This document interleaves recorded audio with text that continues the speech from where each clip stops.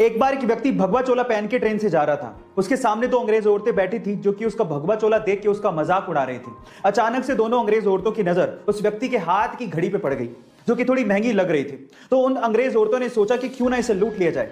उन दोनों अंग्रेज औरतों ने इस व्यक्ति से कहा कि तुम हमें ये घड़ी दे दो, अदरवाइज हम लोग पुलिस को बुलाएंगे और ये कहेंगे कि तुम हमसे बदतमीजी कर रहे थे। उस व्यक्ति ने बात सुन के भी अनसुनी कर दी और ऐसे रिएक्ट किया कि उसे जैसे सुनाई ही नहीं देता। फिर उन दोनों औरतों ने उसे इशारों से समझाया पर वो तब भी नहीं समझा। फिर उसके बाद उस व्यक्ति ने दोनों अंग्रेज औरतों को इशारों से कहा कि जो भी कहना है वो लिख के दे दो। तो उन दोनों अंग्रेज औरतों ने ये लिख के दिया कि तुम हमें ये घड़ी दे दो, अदरवाइज हम पुलिस को बुलाएंगे और कहेंगे कि तुम हमसे बदतमीजी कर रहे थे। जब लिख के वो पर्ची व्यक्ति को पकड़ाई तो व्यक्ति ने पर्ची पढ़ी और उसके बाद बोला कि अब पुलिस को बुला लो। गाइस, वो व्यक्ति जानते हैं कौन थे? वो व्यक्ति थे स्वामी विवेकानंद। गाइस, ऐसे अमेजिंग वीडियोस के लिए YouTube पे हमारे चैनल को सब्सक्राइब कर। मात्र 17 साल के हैदराबाद के सिद्धार्थ मंडल ने इतनी छोटी सी उम्र में कुछ ऐसा कर दिखाया है जिसे सुनने के बाद आप लोगों को भी प्राउड फील होगा। गाइस, सिद्धार्थ ने एक चप्पल बनाई है जिसे उसने इलेक्ट्रो शू का नाम दिया है। उसके मुताबिक इस चप्पल के थ्रू हमारे देश की बेटियों को रेप जैसे गुनाह से बचाया जा सकता है। कैसे? मैं आपको बताता हूं। सबसे पहले तो उस चप्पल में कुछ ऐसे सेंसर लगे हुए हैं कि जो भी लड़की उसे पहनेगी उसकी एग्जैक्ट लोकेशन उसके घर वालों को आसानी से मिल सकती है। नंबर 2, उस चप्पल में कुछ ऐसे इक्विपमेंट्स लगे हुए हैं जिसके थ्रू जो भी लड़की को छूने की कोशिश करेगा उसे करंट लगेगा, उसके बाद उस गुनहगार को पकड़ा जा सकता है। और नंबर 3, ये चप्पल इलेक्ट्रिसिटी से नहीं बल्कि लड़की के चलने से चार्ज होगी। है ना अमेजिंग फैक्ट? गाइस, आपको सिद्धार्थ की इस चप्पल का आइडिया कैसा लगा चैट सेक्शन में जरूर लिखिएगा और ऐसे अमेजिंग वीडियोस के लिए YouTube पे हमारे चैनल को सब्सक्राइब कर लीजिए। गाइस, आज इंसान इतनी तरक्की कर चुका है कि वो मंगल ग्रह पे बस्ती बसाने की सोच रहा है। लेकिन मान लीजिए कि अगर किसी इंसान को मंगल ग्रह पे बिना स्पेस सूट के छोड़ दिया जाए तो उसका क्या होगा? क्या आप जानना चाहते हैं? चलिए मैं आपको बताता हूं।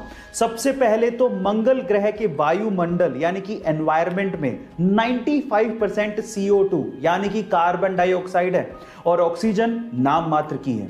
और अगर किसी इंसान को वहां पर बिना स्पेस सूट के छोड़ दिया गया तो एयर प्रेशर की वजह से यानी कि वायु के दबाव की वजह से नसों से खून बाहर आ जाएगा, आपको लकवा मार जाएगा और आप 2 मिनट में मर जाओगे। इसके अलावा मंगल ग्रह का टेम्परेचर पलक झपकते ही -80 डिग्री सेल्सियस तक गिर जाता है। इतनी कपकपाती ठंड में आपका खून तक जम जाएगा। गाइस, इस वजह से बिना स्पेस सूट के मंगल ग्रह पे रहना नामुमकिन है। गाइस, ऐसे अमेजिंग वीडियोस के लिए YouTube पे हमारे चैनल को सब्सक्राइब कर लीजिए। गाइस, अगर आप एरोप्लेन पे ट्रैवल किए हो तो आपको ये पता ही होगा कि बहुत सारी चीजें एरोप्लेन में अलाउड नहीं होती और उन्हीं में से एक है मर्क्यूरी वाला थर्मोमीटर। जी हां, मर्क्यूरी वाला ये पुराना थर्मोमीटर आप एरोप्लेन में नहीं लेके जा सकते। उसके पीछे का रीजन क्या है मैं आपको बताता हूं। एक्चुअली एरोप्लेन में बहुत सारा हिस्सा एल्यूमिनियम का बना होता है और आपकी जानकारी के लिए मैं आपको बता दूं कि मर्क्यूरी एक ऐसा लिक्विड मेटल है जो कि एल्यूमिनियम के साथ तुरंत कंबाइन होके उसमें जंग लगा देता है, उसे गलाना शुरू कर देता है। मजे की बात यह है कि मर्क्यूरी इसमें खुद को कंज्यूम करता ही नहीं है और वो तब तक एल्यूमिनियम के साथ रिएक्ट करता रहता है जब तक वो पूरी तरह से गल नहीं जाए। अब आप सोच ही लीजिए कि अगर मर्क्यूरी का एक छोटा सा बूंद भी एरोप्लेन में गिर गया तो क्या हालात होंगे। गाइस, ऐसे ही इंटरेस्टिंग फैक्ट्स के लिए YouTube पे हमारे चैनल को सब्सक्राइब कर लीजिए। हमारे देश इंडिया के बारे में 2 ऐसे फैक्ट जिसे जानने के बाद आपको गर्व फील होगा। नंबर 1, चांद पे पानी मिला है, ये तो सब जानते हैं, लेकिन क्या आपको पता है कि चांद पे पानी की खोज किसने करी थी? डोंट वरी, मैं आपको बताता हूं। वो हमारी ही नेशनल स्पेस एजेंसी इसरो ने की थी। नंबर 2, पूरी ही दुनिया में नोबेल प्राइज को सबसे बड़ा प्राइज माना जाता है, लेकिन क्या आपको पता है कि पूरे एशिया में सबसे पहला व्यक्ति जिसे नोबेल प्राइज दिया गया था वो कौन था? डोंट वरी, वो भी मैं आपको बताता हूं। वो थे इंडियन, यस, रविंद्रनाथ टैगोर, जिन्हें 1913 में लिटरेचर के लिए सबसे पहले पूरे एशिया में नोबेल प्राइज दिया गया था। क्यों? इन 2 फैक्ट को जानने के बाद हुआ ना आपका सीना गर्व से चौड़ा?